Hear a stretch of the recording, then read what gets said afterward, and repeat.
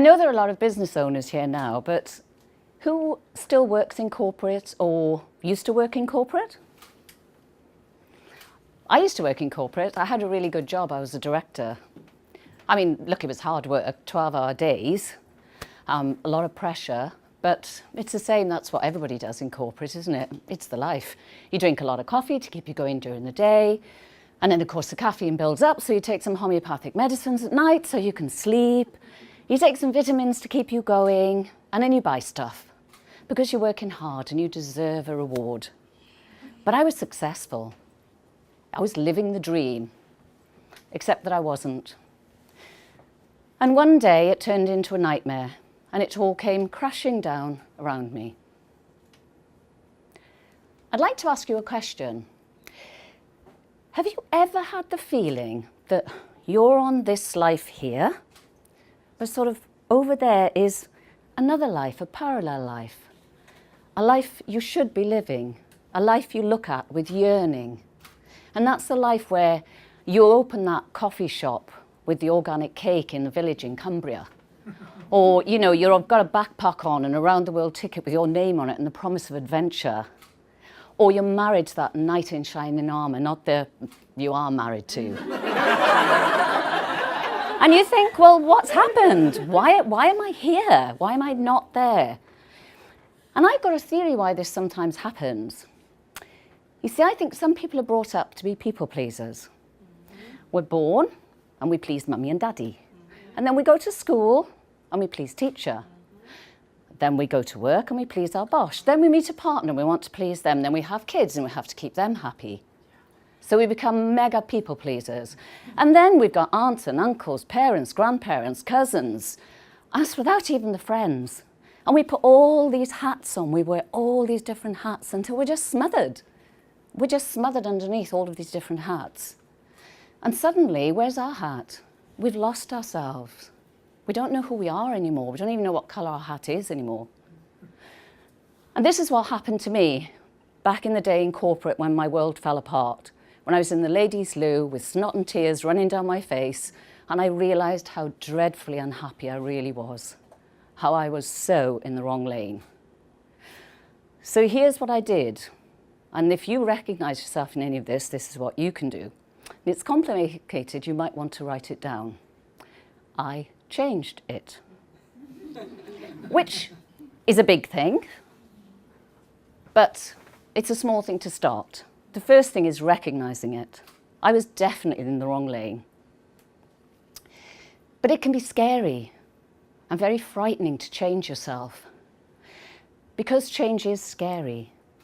And the thing is, it's risky as well, because you're out of your comfort zone. You don't know where you're going to. But the thing is about risk is that's how we grow. When we take a risk, we grow. You know, when you're standing on the edge of that platform, about to jump off on that zip wire, it's scary. When you're sitting on the edge of the plane, about to do a parachute jump, it's beyond scary, it's terrifying. But you do it, and afterwards you realise that you are capable of so much more than you ever thought you could do. But here's the thing.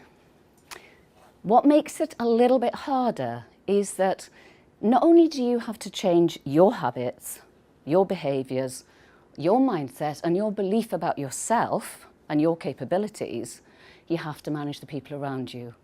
Because you'll get pushback. People don't like you to change. They like you in a box where they know where you are, and when they take you out to dance, they know how you're going to dance.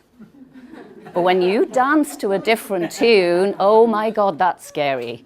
You will meet resistance, you will meet fear, and you will have a lot of advice. Some of the things that were said to me, oh my God, are you depressed? Is it the menopause? My auntie went through this. You know, do you just need a holiday?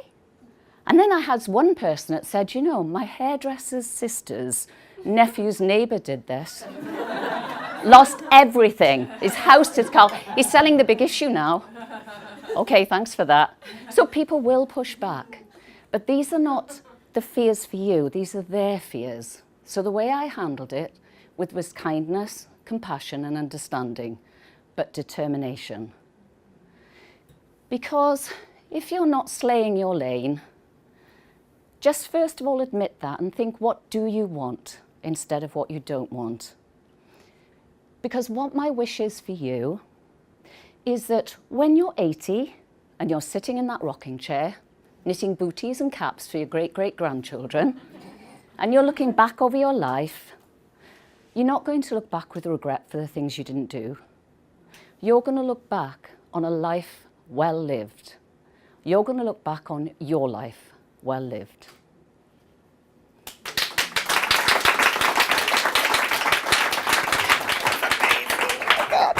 So good. Wow. So I always check how much a talk affects me. I get goosebumps, and I got lots of those. Who else felt something? There was a lot of stuff in there, right? Yeah. It was amazing. Thank you so much. Thank you. Elliot. I thought the goosebumps were sitting next to me.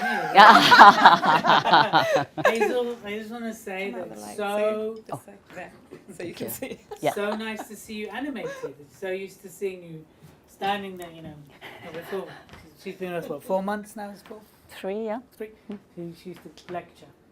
You know, she'd do talks like this, and she wouldn't move. So it's really nice to see you letting loose, having a go, being animated, letting a little bit of your cheeky side come out. And I want to see more of that. I want to see that magnified. And, you know, you're such a beautiful speaker, and you're so eloquent how you talk and how you communicate, that I want that to expand more, and I want to see more of that. And I look forward to seeing your talks become longer, because I just feel we'll just get pulled in even more into who you are and your message. The metaphors were great. Mm-hmm. And I think I'm going to, on my 80th, in my rocking chair, I'm going to be smoking cigars and drinking whiskey.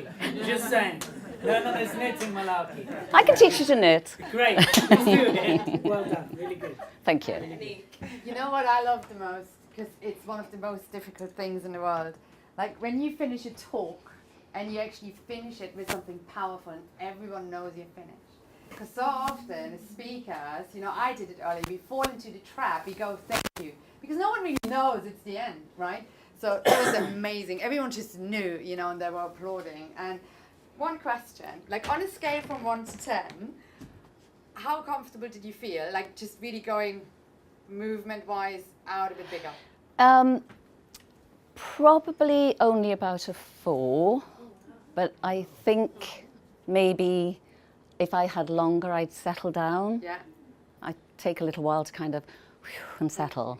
Thanks for sharing. And I wanted to ask Hazel, because in speaking, or any time you learn something new, you know, in your head, you're sitting in the audience and like, I've got this.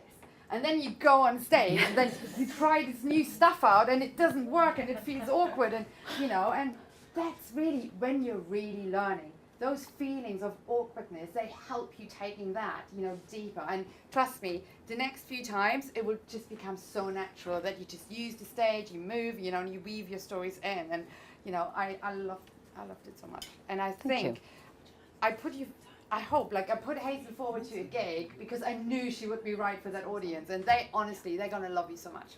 So, Thank you. Good job.